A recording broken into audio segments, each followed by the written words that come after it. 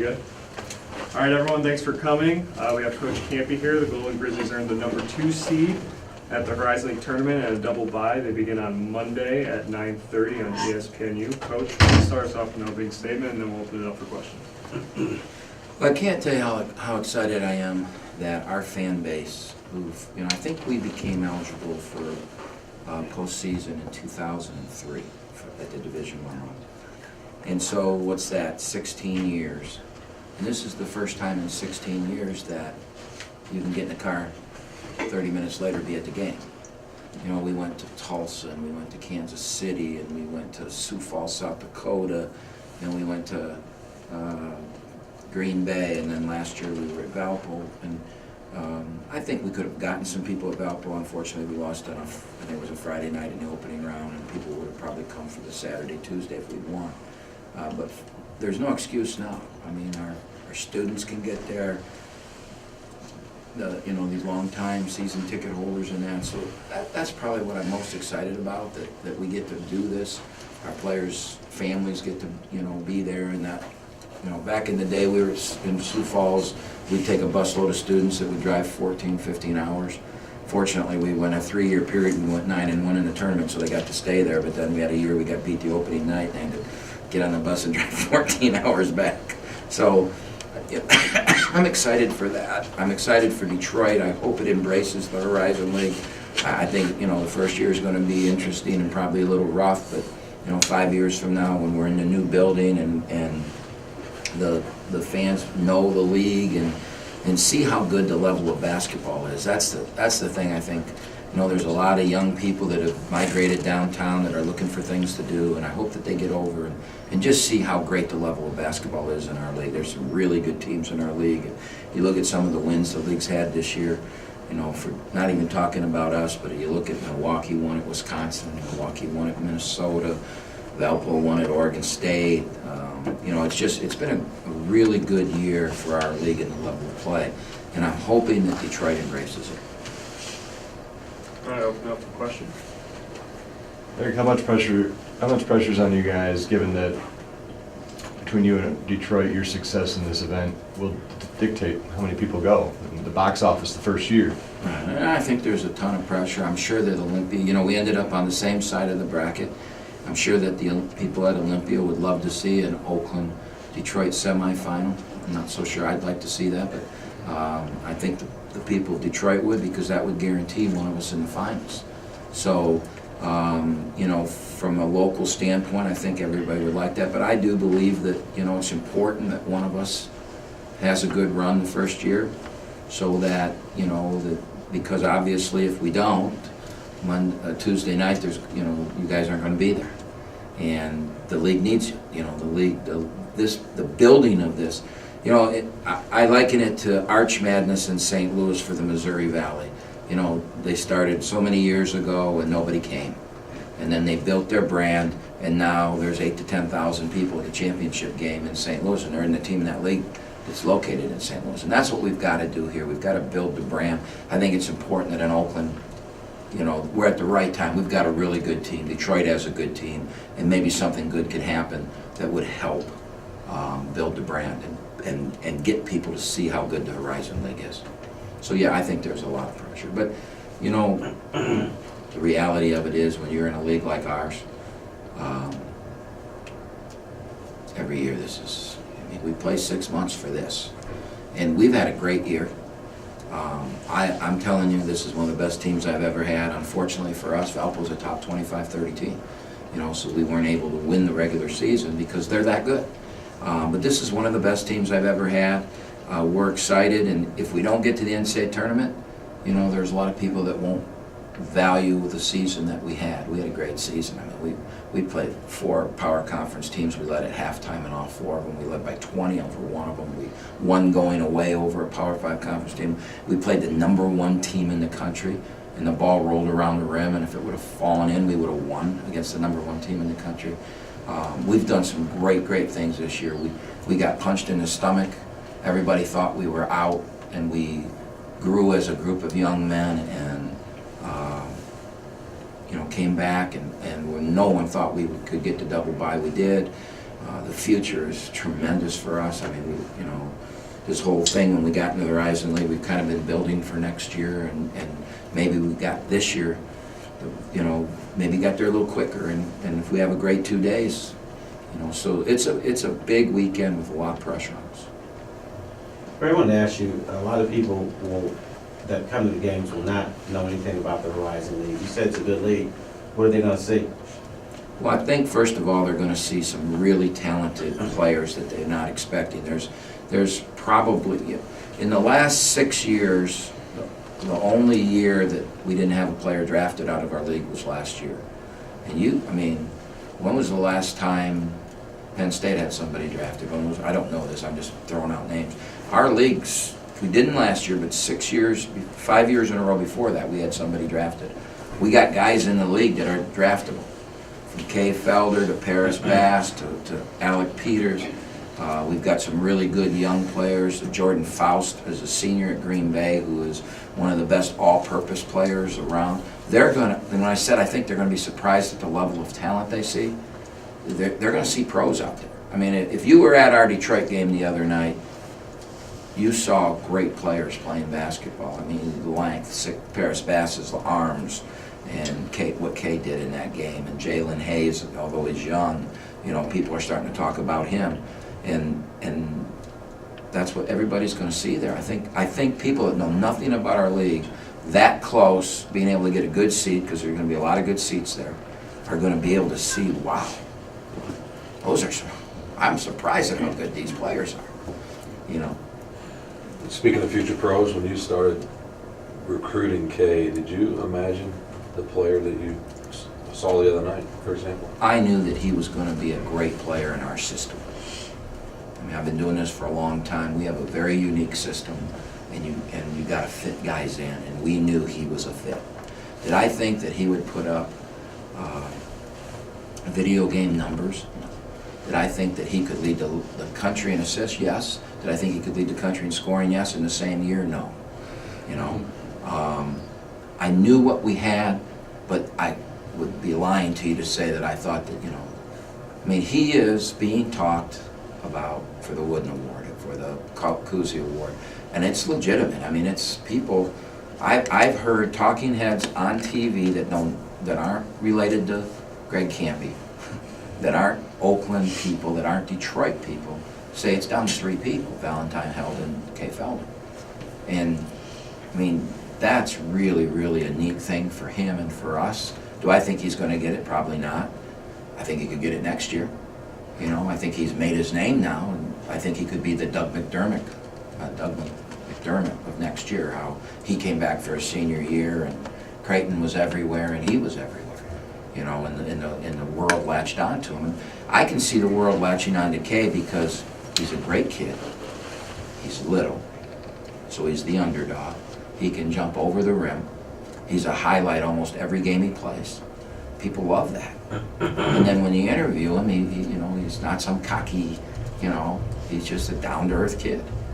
So I've gotten off what your question was because I love the kid so much, but I never thought that he would be talked about. I never thought Oakland would ever have a player talked about as a, finalist for the player of the year in the country. It's so unusual for it to happen. You mentioned unique system. What do you have to do to be able to fit into this system? What are the types of kids you look for in terms of their skill level? Well, shooting is the utmost for us.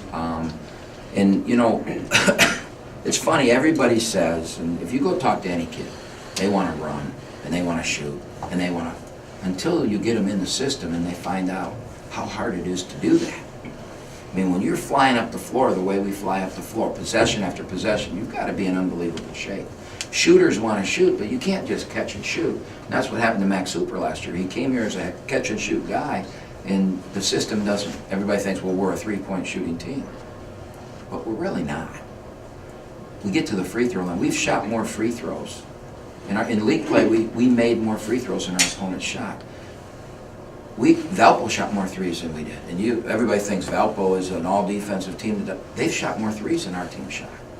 We have one guy that shoots a lot of threes, but our system really isn't that. We want that guy to spread the floor, but that guy's got to learn how to come off screens and never stop moving. And those things are hard to do. And so it takes a while to learn the system. It takes great discipline for us. And that, I know those two words, the way we play and discipline, don't go together. But it really, you have to be extremely disciplined to play in our system.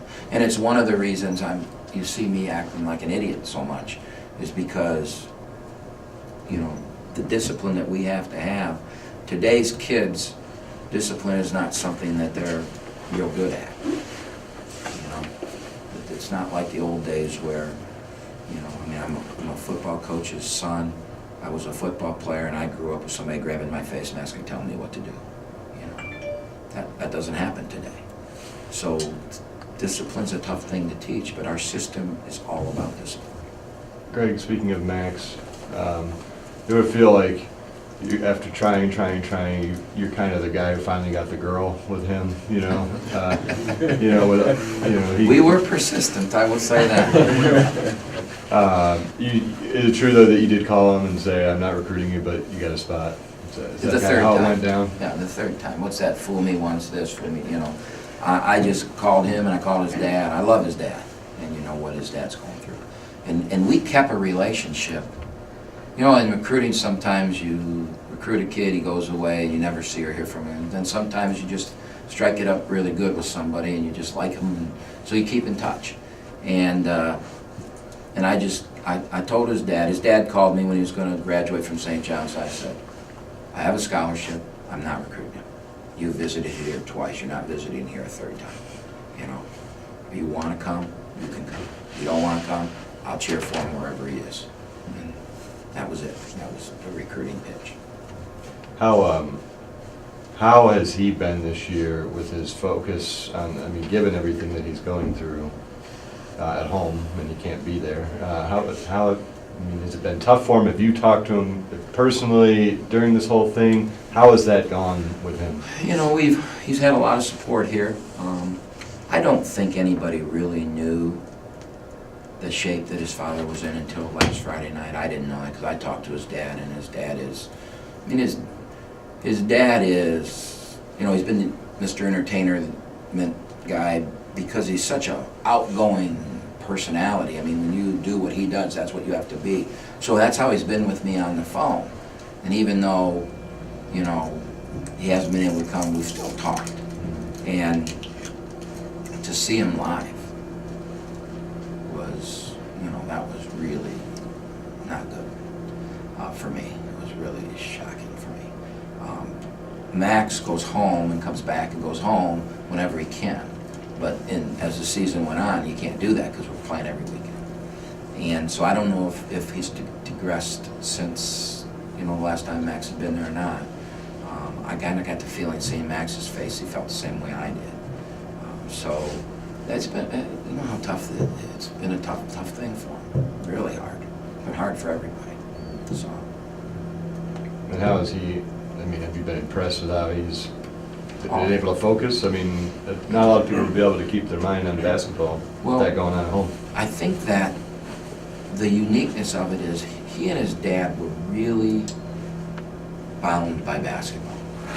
I mean, they did everything together. Every game his dad would be at, all the summer, wherever he went, he would play in some, you know, bowl game against, you know, out in the middle of nowhere, and there'd be 3 people in the stands, and his dad would be one of those 3 people. I mean, they just had that. And so I really believe that Max thinks having success with all his dad did for him, having the success he's having this year, being named the 6th man of the year, all that kind of stuff, is like a tribute to his dad. So he's doing everything and focusing because I think he believes every shot he makes gives his dad more life, gives his dad a smile, you know, and I think that's probably true. So I think he's done an unbelievable job. I think our team has handled it well. You know, I think they've really supported him. My coaching staff's really supported him. I think it's been really good. You think you'll fall off your chair if he shoots inside the arc? I don't want him to now. I mean, Well, Noah was saying maybe a game-winning dunk on Tuesday. And he'll brick it probably, but if he's got a chance to shoot a 2 to win the game, he'll shoot it, and we'll want him to. But I kind of want him to. I mean, he'll be the only guy in the history of the game to shoot over 100 shots and not shoot a 2. So I think that's pretty cool. Something that will go with him the rest of his life. And look at all the, the publicity it's gotten, not just for him, but for everybody else in our team. And, in this day and age, publicity is good. We were here a week ago, and you guys don't play till Monday. How do you keep teams focused through this long layoff? That's really hard because we played 5 games in 11 days. That's an NBA schedule. And then we play 1 time in 16 days. And we're really playing good, and you worry about that. And I don't think it was Terry I was talking to, or Caputo, or somebody that I said it's like in the old NBA days when you've got a really good team, you sweep somebody, and the other series goes 7 games. You're always worried about that first game of the next series. And I'm really worried about the first 10 minutes. Because the team we're playing will have played, it'll be their 3rd game in 3 nights. They've already played in the arena. We've never played there. Well, everybody says home court advantage. It's not. We've never been there. We'll have 1-hour practice. They'll be on their 3rd game. Now, if we can get to the last 10 minutes, we'll be in our 30 to 40th minute while they're in their 110th to 120. Now it'll be our advantage. That's what the double bye will be. But we got to get to that 10 minutes. And a team like Detroit can go put a lot of points on you early, and if you haven't played in 10 days and you can't make a shot, you could fall behind. Or in Wright State's case, they're a very good defensive team. If we can't make shots and really execute, we could fall way behind, and those last 10 minutes won't mean anything.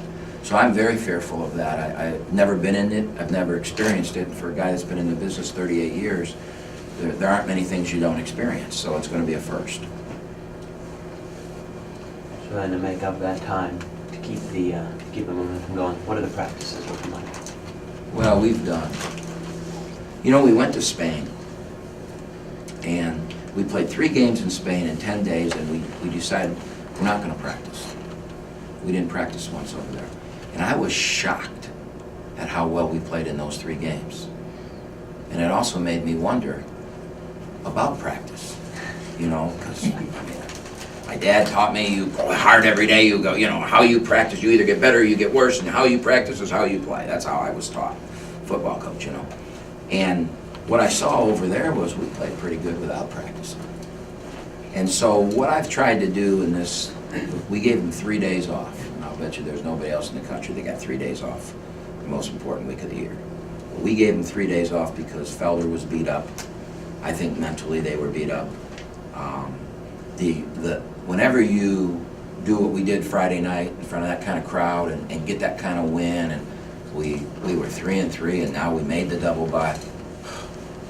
There's a tendency to, and so I gave them 3 days off. I want their legs fresh. More importantly, I want their minds fresh. And then we came back the first day and we played a game, a half of a game. And then yesterday we got ready for Wright State. Today we shot and we played the other half of the game. Tomorrow we're going to get ready for Detroit. And then Sunday night after practice, we'll know who we're playing, and if it's not Wright State or Detroit, then we'll have an hour to get ready for UIC or Youngstown. So, and the get ready is just a refresher. These are their guys. This is their tendencies. This is what they do, and this is how we're going to guard it. All right. And so that's all practice has been. We haven't been out there more than an hour any of one of the days. How important is that 1 hour practice? So not only to get ready for who you're playing, but just to get a feel of the job. Well, again, I go back to, I don't know how important it is because in Spain we didn't practice at all. We went in, we were in Spain 3 days, we played a game, then we were there, and then day 9 and day 10 we played a game. And we played great in day 9, and so 4, 5, 6, 7, and 8, we didn't practice. We were on the beach, we were walking through cathedrals, we were on buses driving all over, sightseeing and that. But they wanted to play so badly, they played good on game 9. And that just shocked me.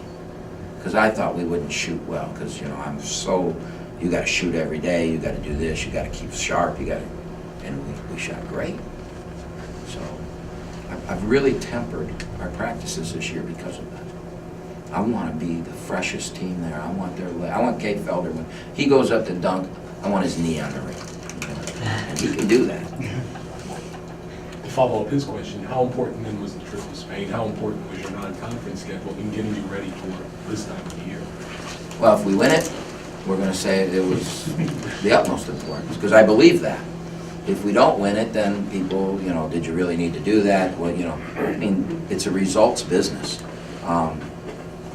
When you bring 6 new guys into the fold, you need something like we did in Spain and learning each other. And I also think you need to go through what we went through those 2 weeks in January when things went bad, because we galvanized as a family through all the heartache. And, Terry was in the locker room, he had that all inside access thing he's doing, and I think he chronicled what happened in there very well. And you saw the emotion, you saw the team come together, and then you saw them win 12 of their last 14. All right? And I think that was important. The non-league schedule to me is always important, because from a coaching standpoint, we put 50 on Michigan State in the first half. I knew we could score. I knew that we're there, that we understood the offense, we executed the offense, felt great in it. We went to Virginia, and we lead at halftime in a 29-28 game. I felt good about our team. We're playing the top 5 team in the country, and we're leading and only scoring 29 points. Where most people were saying, well, the only way Oakland can win is if they get 50. So the non-league schedule taught us a lot about ourselves. It also showed what you can't do against a top team. And when you play at Virginia, they're going to show you what your pimples are and your flaws, and then you can work on that. And of course, the other big thing is that when you play, even at the Palace, which was our home game, when Michigan State made that run and came back, that place was so loud, and even though it was against us and we were supposed to be home, you learn as a kid how to handle that. We went to Valpo, and we got down 17, and that place was going crazy, and like that, we had it back to 2. I believe that if we hadn't experienced Michigan State and Virginia and those places, we would have never gotten it. Now, we didn't win, but we got it back to 2, and we had the ball, and we got a call went against us or something, something bad happened. But that's basketball. But that preseason thing allowed us to do it when it really counted. Because we did it against Michigan State. We did it against, we felt that. We know what that's about. So it's no big deal anymore. And we talk about it in timeouts. This run's coming. The place is going to go crazy. Take it in the chest. Make the next play. Play fundamentally sound. Make the next play. Don't worry about that kind of stuff. They've experienced it, and they know it works. Another thing you did is, I don't know if the term is limit possessions, but you kind of slowed it up a little bit, and you said you were determined what direction you want to go in. Is this pretty much it? Are you going to be remain this way, or how do you figure this out? Yeah, what happened to our team was when we went through that slump, we didn't shoot very well. Plus, there were other issues, but we got so free and easy that we would just get it across half court and fire the first open shot, because we were scoring so much in that. And by slowing it down, the game we did that was the UIC game here. We still scored 80-some points, and we walked the ball up the floor, and I wanted them to see it's not about running up and down the floor and shooting quick, it's about execution. It doesn't matter how many times you bring it up the floor. If you execute and score on a high number of possessions, you're going to score points. And we had lost our way on that. We just wanted to fire shots. And that's why I did that. Now we've opened it back up. We're running it up and down the floor every time, but now only Max is really shooting in transition. Nick will now and then. If he's made a couple, he's got that green light to do that, but only Max is the guy we want. We want the ball to touch Jalen or Percy's hands every time and then kick it out. And I think the most telling stat that we can look at right now, and I'm a big stat guy, everything for me is about stats. We lead the nation in scoring, but we are not in the top 10 in transition points. Now think about that stat. The top 10 teams in the country in scoring in transition, we're not in the top 10. But we lead the nation in scoring, which means we really execute. We really get the ball into the offense and we score. We're scoring at 1.2 points per possession. We're scoring. on each possession. We have very few wasted possessions. We don't turn the ball over as much as we did early in the season, which is, very, very important in our offense. And when you got a guy like Felder, I don't ever have to worry about that stuff. He's going to have some turnovers because he's going to try and make he's kind of like Brett Favre now and then. He's going to try and fit that ball in there when it should. But he's earned the right to do that. And I don't worry much about turnovers. We have time for a couple more questions. You've had guys go to the NBA before. Where does Felder stack up in terms of that? What do you- I believe that he's going to play in the NBA and have a career in the NBA. Raul Marshall had 2 years in there. Benson's bounced in and out from 10-day contracts now and then. I really thought Bader, if he found the right team, would play. It still may happen, but he's having a very good year in Europe. But I think Kay Felder can shoot, and NBA point guards are not. Everything I'm being told by people is the big thing he's got going for him is he can score the ball, but he can shoot it. And there's a big difference in those two things in the NBA. And, my guess is that his first 3 or 4 years he's going to be a backup point guard somewhere. And then he's going to develop, and he's either going to develop into a starter or he's going to be a career backup. But I think he'll have a long career. And the reason for that is his strength, his quickness, his mind. He understands the game. He can get people the ball in scoring positions. If he comes back and he averages the same amount of assists he averaged this year, and we play 34 games, which means we've got to win a couple conference tournament games and we got to go to a postseason. He's going to be the all-time leader in the history of college basketball in assists. You've got to understand the game to do that. I mean, if you think of all the great assist guys there are, and what do you think of? Intelligent guys, right? I mean, that's what you think of. A John Stockton, a Steve Nash, those guys, you look at them as cerebral players. Nobody looks at Kay that way because he scores too. But he is. He's a very cerebral player. Today in practice, he gave the ball to Percy. We played a half. He gave the ball to Percy in transition at the free throw line. And Percy charged. And before it could come out of my mouth, what the F are you, why are you giving him the ball there? He looks at me and he goes, he didn't want to hear it. He didn't want to hear that from me, but he also was smart enough to know I can't give Percy the ball there. He is going to charge. And that's why he's so good. He's coming back next year, right? I don't know. Have you had any discussions with him? Yeah, we've discussed it quite a bit, and what we've decided is we're gonna put everybody that's important in his life in a room. When it's over, we're gonna lay everything out, and then the decision will be made then. His mom wants him to get his degree, and I think that's very important to them. And so I think if I had to say today what he's going to do, I'd say he'd come back. But history's got to be written yet. What if we win this weekend? What if we go to the NCAA tournament and he puts 50 on somebody? Who knows what's going to happen? So. All right, time for one more question, Coach. So you guys have played better on the road than at home. Now, I know it's in Detroit. What's your strategy for that? You guys staying in a hotel again? Yeah. How are you gonna approach this game? We're going down Saturday night. We're going to a movie, and then we're going to go to the game, or to the games on Sunday. And we're approaching it as the most important games we'll ever play. And they know that. The whole year has been we talk in the locker room after games about this weekend. I made them a promise that they would be this when they got to this weekend. We talked about after defeats, what we have to fix for this weekend, after wins, what worked that will work this weekend. Everything we've ever talked about during the season is about this weekend, because that's who we are. That's the only way we're going to reach, the Holy Grail, is to win the tournament. So if that's putting pressure on kids, well, that's our life. That's who we are. That's what we signed up for, let's put it that way. All right, everyone. Thanks, Greg. Appreciate the time. Thank you.